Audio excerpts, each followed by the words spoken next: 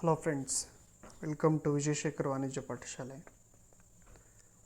Friends, after completion of incorporation stage, public company has to collect a required amount of capital from the public by issue of shares or debentures. In the capital raising stage, company have to issue prospectus to the public.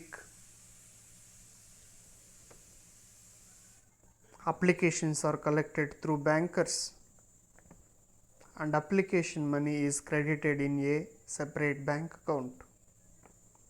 After closure of the date of issue, if minimum subscription is collected, company proceeds to allotment of shares. Capital raising ಸ್ಟೇಜಲ್ಲಿ company ಪ್ರಾಸ್ಪೆಕ್ಟಸ್ನ issue ಮಾಡುತ್ತೆ, ಅಪ್ಲಿಕೇಶನ್ಸನ್ನು ಪಬ್ಲಿಕ್ಕಿಂದ collect ಮಾಡಿ application ಮನಿನ separate bank ಅಕೌಂಟಲ್ಲಿ credit ಮಾಡಿರುತ್ತೆ. Closure date of issue ಮುಗಿದ ಮೇಲೆ ಮಿನಿಮಮ್ ಸಬ್ಸ್ಕ್ರಿಪ್ಷನ್ ಏನಾದರೂ ಕಲೆಕ್ಟ್ ಮಾಡಿದರೆ ಕಂಪ್ನಿ ಏನು ಮಾಡ್ಬೋದು, ಶೇರ್ಸನ್ನು ಅಲಾಟ್ಮೆಂಟ್ ಮಾಡ್ಬೋದು. To perform the allotment work, Board of Directors forms allotment committee. This committee have full responsibility of making valid allotment. ಈ ಅಲಾಟ್ಮೆಂಟ್ ವರ್ಕನ್ನು ಮಾಡೋದಕ್ಕೆ, ಪಬ್ಲಿಕ್ಸ್ಗೆ ಶೇರ್ಸನ್ನು ಅಲಾಟ್ಮೆಂಟ್ ಮಾಡೋದಕ್ಕೆ ಬೋರ್ಡ್ ಆಫ್ ಡೈರೆಕ್ಟರ್ಸು ಅಲಾಟ್ಮೆಂಟ್ ಕಮಿಟಿನ ಫಾರ್ಮ್ ಮಾಡ್ತಾರೆ. ಈ ಕಮಿಟಿಗೆ ಫುಲ್ ರೆಸ್ಪಾನ್ಸಿಬಿಲಿಟಿ ಇರುತ್ತೆ, ಅವರು ಅಲಾಟ್ಮೆಂಟ್ ವರ್ಕನ್ನು ಮಾಡ್ತಾರೆ. Board of directors approves the decision taken by allotment committee and pass resolution. Then secretary has to send allotment letters to those shares are allotted and regret letters to those shares are not allotted and prepare members register. Finally, share certificates are issued to the members. Board of directors allotment committee ತಗೊಂಡಿರುವಂಥ ಡಿಸಿಷನ್ಸನ್ನು approve ಮಾಡುತ್ತೆ, ರೆಸಲ್ಯೂಷನ್ಸನ್ನು pass ಮಾಡುತ್ತೆ. ಅದಾದ ನಂತರ secretary allotment ಲೆಟರ್ಸನ್ನು ಮತ್ತು regret ಲೆಟರ್ಸನ್ನು ಕಳಿಸ್ಕೊಡ್ಬೇಕಾಗತ್ತೆ. ಮತ್ತು ಯಾರಿಗೆ ಶೇರ್ಸನ್ನು ಅಲಾಟ್ ಮಾಡಿರ್ತೀವಿ ಅಂತಹ ಮೆಂಬರ್ಸ್ ಹೆಸರನ್ನು ಮೆಂಬರ್ಸ್ ರಿಜಿಸ್ಟರಲ್ಲಿ ರೆಕಾರ್ಡ್ ಮಾಡಬೇಕಾಗತ್ತೆ. ಫೈನಲಿ ಶೇರ್ ಸರ್ಟಿಫಿಕೇಟ್ಸನ್ನು ಇಶ್ಯೂ ಮಾಡ್ತಾರೆ. After completion of this procedure, the information about details of allotment should be send to registrar of companies within 30 days. ಈ ಎಲ್ಲ ಪ್ರಕ್ರಿಯೆ ಮುಗಿದ ಮೇಲೆ ವಿತಿನ್ 30 days ಒಳಗಡೆ ಈ ಒಂದು ಡೀಟೇಲ್ಸ್ ಆಫ್ ಅಲಾಟ್ಮೆಂಟನ್ನು ನಾವು ರಿಜಿಸ್ಟ್ರಾರ್ಗೆ ಕಳಿಸ್ಕೊಡ್ಬೇಕಾಗತ್ತೆ. ಅದನ್ನೇ ನಾವು ರಿಟರ್ನ್ ಆ್ಯಸ್ ಟು ಅಲಾಟ್ಮೆಂಟ್ ಅಂತ ಕರಿತೀವಿ. ಸೊ ಇವತ್ತು ಈ ವಿಡಿಯೋದಲ್ಲಿ ಅದರ ಬಗ್ಗೆ ಡಿಸ್ಕಸ್ ಮಾಡ್ಕೊಳ್ತಾ ಹೋಗೋಣ. Return as to allotment under section 75 of Indian companies act. The information about the details of allotment should be sent to Registrar of Companies of State under section 75 of Indian Companies Act is called as return as to allotment. ಇಲ್ಲಿ company allotment ಮಾಡಿದ ಮೇಲೆ ಆ allotment ಮಾಡಿರುವಂತಹ ಡೀಟೇಲ್ಸನ್ನು under section 75 of the Indian companies act ಪ್ರಕಾರ ರಿಜಿಸ್ಟ್ರಾರ್ಗೆ ಕಳಿಸ್ಬೇಕಾಗತ್ತೆ. ಆ ಕಳಿಸೋದನ್ನು ನಾವು return as to allotment ಅಂತ ಕರಿತೀವಿ. The report must be filed with registrar within 30 days of allotment. Allotment ಮುಗಿದ 30 ದಿನದ ಒಳಗಾಗಿ ಈ ರಿಪೋರ್ಟನ್ನು ಕಳಿಸ್ಕೊಡ್ಬೇಕು. ಹಾಗಾದರೆ ಏನಿರಬೇಕು ಈ ರಿಪೋರ್ಟಲ್ಲಿ? It includes the following information.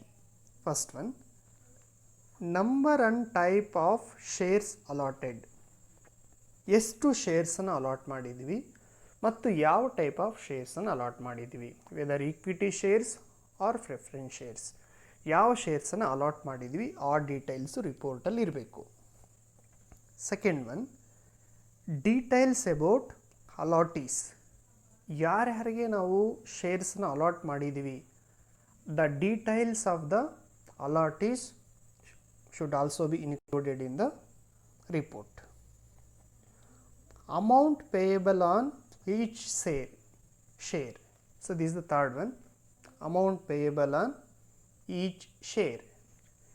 ಪ್ರತಿ ಶೇರಿಗೆ ಎಷ್ಟು ಅಮೌಂಟ್ ನೀವು ಕಲೆಕ್ಟ್ ಮಾಡಿದ್ರಿ, what is the face value and what is the amount you are collected on the each share, that should be mention. Fourth one, shares issued at discount or premium and what is the consideration. Either you are issued shares at discount or premium.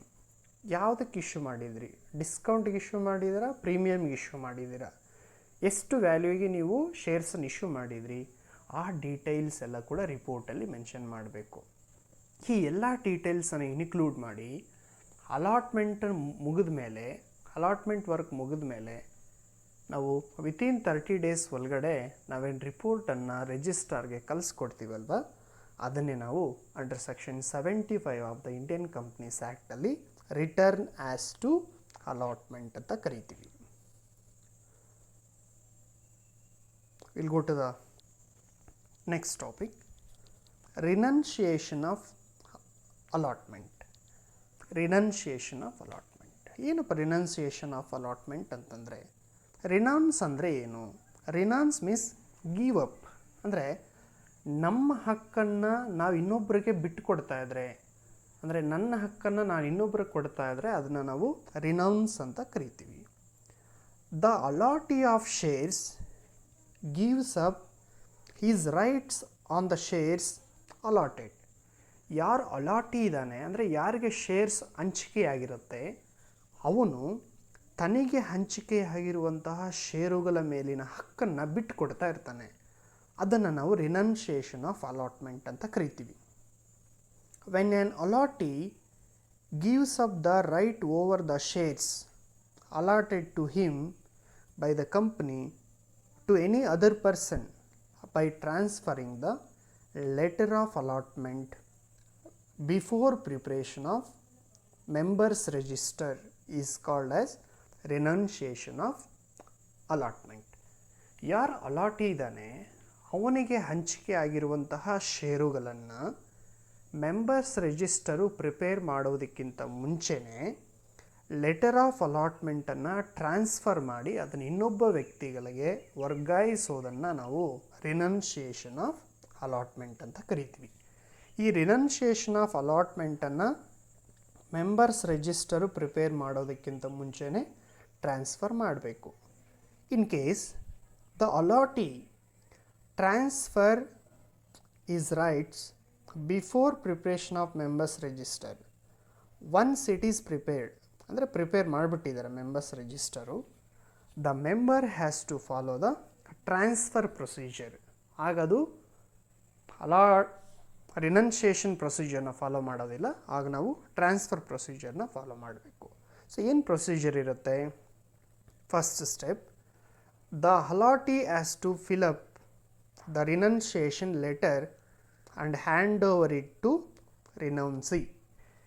ಯಾರು allottee ಇದ್ದಾನೆ, that allottee has to fill up the renunciation letter, renunciation transfer ಲೆಟರ್ನ fill ಮಾಡಬೇಕು. ಅದನ್ನು ಯಾರಿಗೆ ಕೊಡಬೇಕು ಅಂದರೆ, ಯಾರಿಗೆ ಇವನು ಶೇರ್ಸನ್ನು ಟ್ರಾನ್ಸ್ಫರ್ ಮಾಡ್ತಾ ಇದ್ದಾನೆ ಆ ವ್ಯಕ್ತಿಗೆ ನಾವು ರಿನೌನ್ಸಿ ಅಂತ ಕರಿತೀವಿ, ಅವನಿಗೆ ಅದನ್ನು ಹ್ಯಾಂಡ್ ಓವರ್ ಮಾಡಬೇಕು. This is the first step. Second step, the renouncee has to fill up the information and send it to the company with letter of request. So ಏನು ಫಸ್ಟ್ ಸ್ಟೆಪ್ಪಲ್ಲಿ ರಿನನ್ಷಿಯೇಷನ್ ಲೆಟರ್ನ ತುಂಬಿಕೊಟ್ಟಿರ್ತಾರೆ, ಆ ಲೆಟರ್ನ ಎನ್ಕ್ಲೋಸ್ ಮಾಡಿ ಇವನು letter of ರಿಕ್ವೆಸ್ಟನ್ನು ಕಂಪ್ನಿಗೆ ಕಳಿಸ್ಬೇಕಾಗತ್ತೆ. ಯಾರು? ರಿನೌನ್ಸಿ, ಅಂದರೆ ಯಾರಿಗೆ ಶೇರ್ಸ್ ಟ್ರಾನ್ಸ್ಫರ್ ಆಗ್ತಾ ಇರುತ್ತೆ ಅವನು ಲೆಟರ್ ಆಫ್ ರಿಕ್ವೆಸ್ಟನ್ನು ಕಂಪನಿಗೆ ಕಳಿಸ್ಬೇಕಾಗತ್ತೆ. The third step, company after verify the request makes necessary changes in the allotment list. Company ಅವನ ಒಂದು ರಿಕ್ವೆಸ್ಟನ್ನು ಕನ್ಸಿಡರ್ ಮಾಡಿ ವೆರಿಫೈ ಮಾಡಿ ಅದು ಕರೆಕ್ಟಾಗಿದ್ದರೆ ಅಲಾಟ್ಮೆಂಟ್ ಲಿಸ್ಟನ್ನು ಚೇಂಜ್ ಮಾಡಿ ಓಲ್ಡ್ ಯಾರಿದ್ದಾನಲ್ವ ಅವನ ಹೆಸರು ಬದಲಿಗೆ ಯಾರಿಗೆ ಶೇರ್ಸ್ ಅಲಾಟ್ ಆಗ್ತಾರತ್ತೆ ಅವರ ಹೆಸರನ್ನು ಮೆಂಬರ್ಸ್ ರಿಜಿಸ್ಟ್ರಲ್ಲಿ ರೆಕಾರ್ಡ್ ಮಾಡ್ತಾರೆ.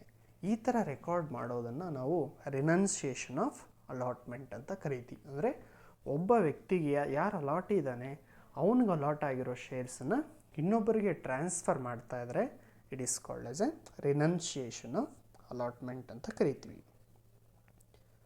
Come to the next topic, splitting of allotment. Splitting of allotment, ಒಂದು ವೇಳೆ ಈಗ ಅಲಾಟಿ ಇದ್ದಾನೆ, for example X is the allottee, ಅವನಿಗೆ 100 ಶೇರ್ಸನ್ನು ಕಂಪ್ನಿ ಅಲಾಟ್ ಮಾಡಿದೆ. ಅವನೇನು ಮಾಡ್ತಿದ್ದಾನೆ, ಆ ಶೇರ್ಸನ್ನು 4 ಜನರಿಗೆ ಟ್ರಾನ್ಸ್ಫರ್ ಮಾಡ್ತಾ ಇದ್ದಾನೆ. For example A B C D 4 ಜನಕ್ಕೆ ಒಬ್ಬೊಬ್ಬರಿಗೆ 25 ಶೇರ್ಸನ್ನು ಟ್ರಾನ್ಸ್ಫರ್ ಮಾಡೋದಕ್ಕೆ ಇಷ್ಟಪಡ್ತಾ ಇದ್ದಾನೆ. ಈಗ ಅವನು ಯಾವ ಪ್ರೊಸೀಜರ್ನ ಫಾಲೋ ಮಾಡಬೇಕಂದ್ರೆ ಸ್ಪ್ಲಿಟ್ಟಿಂಗ್ ಆಫ್ ಅಲಾಟ್ಮೆಂಟ್ ಪ್ರೊಸೀಜರ್ನ ಫಾಲೋ ಮಾಡ್ತಾನೆ. In case allottee desires to transfer a part of the allotment to more than one person, he has to follow splitting of procedure of allotment. ಅಲಾಟಿ ಏನಾದರೂ ಅವನಿಗೆ ಹಂಚಿಕೆ ಆಗಿರುವಂತಹ ಪಾರ್ಟ್ ಆಫ್ ಶೇರ್ಸನ್ನು ಒಬ್ಬ ಅಥವಾ ಹೆಚ್ಚಿನ ವ್ಯಕ್ತಿಗಳಿಗೆ ಏನಾದರೂ ಟ್ರಾನ್ಸ್ಫರ್ ಮಾಡೋಕ್ಕೆ ಬಯಸಿದರೆ ಸ್ಪ್ಲಿಟ್ಟಿಂಗ್ ಆಫ್ ಅಲಾಟ್ಮೆಂಟ್ ಪ್ರೊಸೀಜರ್ನ ಅವನು ಫಾಲೋ ಮಾಡಬೇಕು. In such case, allotted letter should be divided into required number of allotments and transferred to many persons is called splitting of allotment ಅಂತ ಕರಿತೀವಿ. ಅಂದರೆ ಒರಿಜಿನಲ್ ಅಲಾಟ್ಮೆಂಟ್ ಲೆಟರ್ ಏನಿದೆಯಲ್ವಾ ಅದನ್ನು divide ಮಾಡಿ number of allotment letters ಆಗಿ ಮಾಡಿ ಅದನ್ನು transfer ಮಾಡೋದಿದೆಯಲ್ವಾ ಅದನ್ನು ನಾವು ಸ್ಪ್ಲಿಟ್ಟಿಂಗ್ ಆಫ್ ಅಲಾಟ್ಮೆಂಟ್ ಅಂತ ಕರಿತೀವಿ. When the original allotment letter comprising of large block of shares is divided into a numbers of allotment letters, each of a small number of shares is called splitting of allotment. So ನಾನೇನು example ಕೊಟ್ಟನಲ್ಲ, ಈಗ X unknown ಹತ್ರ 100 shares ಇದೆ, ಅವನೇನಾದರೂ ಅದನ್ನು 4 ವ್ಯಕ್ತಿಗಳಿಗೆ transfer ಮಾಡ್ತಾ ಇದ್ದಾನೆ. ಅಂದರೆ ಎಕ್ಸ್ಗೆ ಹತ್ರ 100 ಶೇರಿಗೆ ಒರಿಜಿನಲ್ ಅಲಾಟ್ಮೆಂಟ್ ಲೆಟರ್ ಇರುತ್ತೆ, ಅದನ್ನು ಈಗ ಅವನು 4 ಜನರಿಗೆ ಟ್ರಾನ್ಸ್ಫರ್ ಮಾಡ್ತಾ ಇದ್ದಾನೆ. ಅಂದರೆ ಆ ಒರಿಜಿನಲ್ ಅಲಾಟ್ಮೆಂಟ್ ಲೆಟರ್ನ ಈಗ 4 ಪಾರ್ಟ್ಸ್ ಆಗಿ ಮಾಡಬೇಕಾಗತ್ತೆ, 4 ಅಲಾಟ್ಮೆಂಟ್ ಲೆಟರ್ಸ್ ಆಗಿ ಡಿವೈಡ್ ಮಾಡಬೇಕಾಗತ್ತೆ.